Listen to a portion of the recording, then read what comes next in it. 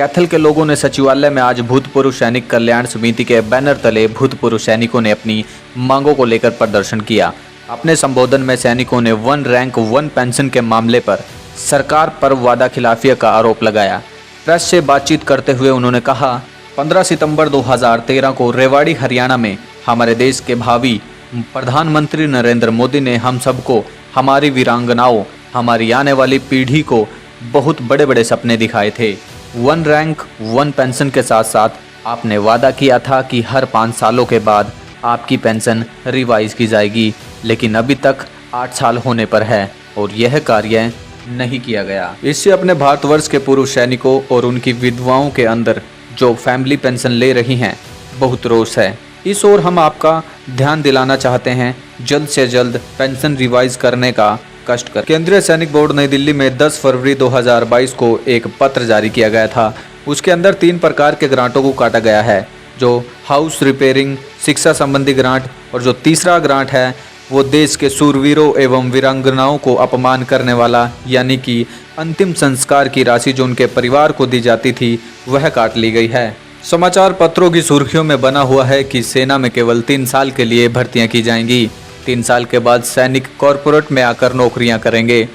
क्या 2 और 3 साल से जो नौकरियां, जो भर्तियां बंद हैं, क्या इसी वजह से बंद हैं कि देश का युवा मजबूर होकर केवल कॉरपोरेट के लिए ही भर्ती होने के लिए तैयार किया जाएगा? इस बारे में देश के युवाओं में भारी रोष है, क्योंकि देश के युवाओं का करियर खत्म होता जा रहा है। युवाओं का कहना है कि हमारे लिए नियमित भर्तियां होनी चाहिए।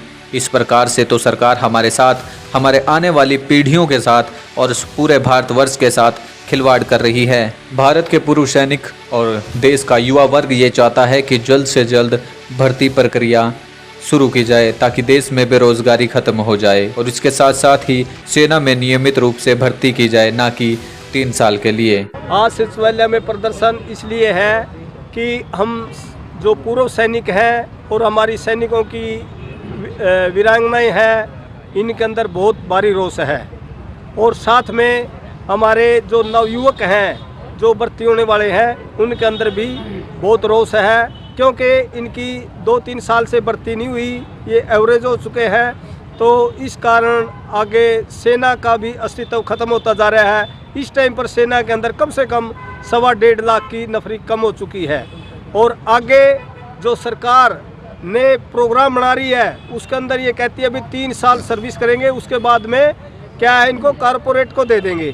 तो इस प्रकार से हमारी सेना का काम नहीं चलेगा। ये जो विदेशों की चाल पर चल रहे हैं वो चाल चलने में हमारे देश के अंदर बहुत समय लगेगा। तो इसलिए हमारे अंदर रोष है।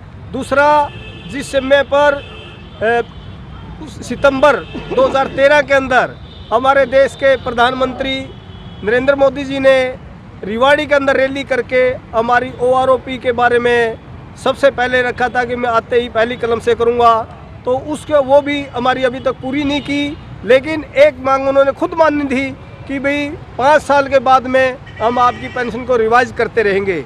आज हमारा प्रदर्शन ये है कि सरकार के जब गठन हुआ था उस टाइम सरकार ने भूतपूर्व सैनिकों के ऊपर विश्वास करके हमारा साथ लिया था और हमने साथ दिया है। सरकार ने हमारी OROP की जो मांग थी उसको अदर में लटका दिया। 5 साल में रिवीजन करना था, 8 साल हो गए, वो रिवीजन नहीं किया।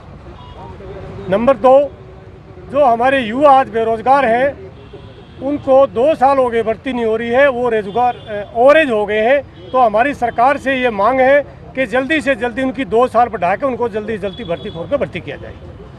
दूसरा, हमारा जो फनल अलाउंस जो एक सर्विसमैन को एक्सपायर होने के बाद मिलता था, वो 10 फरवरी को लेटर जारी करके उसको बंद कर दिया। वो भी हमारे साथ बहुत गलत है। इसके अलावा जो 14 जुलाई 2021 को गवर्नमेंट ने, हरियाणा गवर्नमेंट ने जो भूतपूर्व सैनिकों के आरक्षण के साथ जो खिलवाड़ करी है, वो एक सैनिकों के लिए नहीं बल्कि सरकार के लिए शर्म की बात है कि सैनिक तो शर्म नहीं करता है, सैनिक तो अपने देश की रक्षा करता है, लेकिन हरियाणा सरकार को शर्म आनी चाहिए जो हमारे आरक्षण के साथ हल काटा है। क्योंकि एक विडो का अगर सैनिक शहीद हो जाता है तो उसको नौकरी लगा के उसके बच्चे को उसका कोई फायदा नहीं मिलता है। और कोई भी सैनिक अगर पेंशन आता है वो डी ग्रेड की नौकरी में लग गया, अप ग्रेड के लिए उसके चांस हरियाणा गवर्नमेंट ने 14 जुलाई 21 के लेटर के अनुसार बंद कर दिए हैं।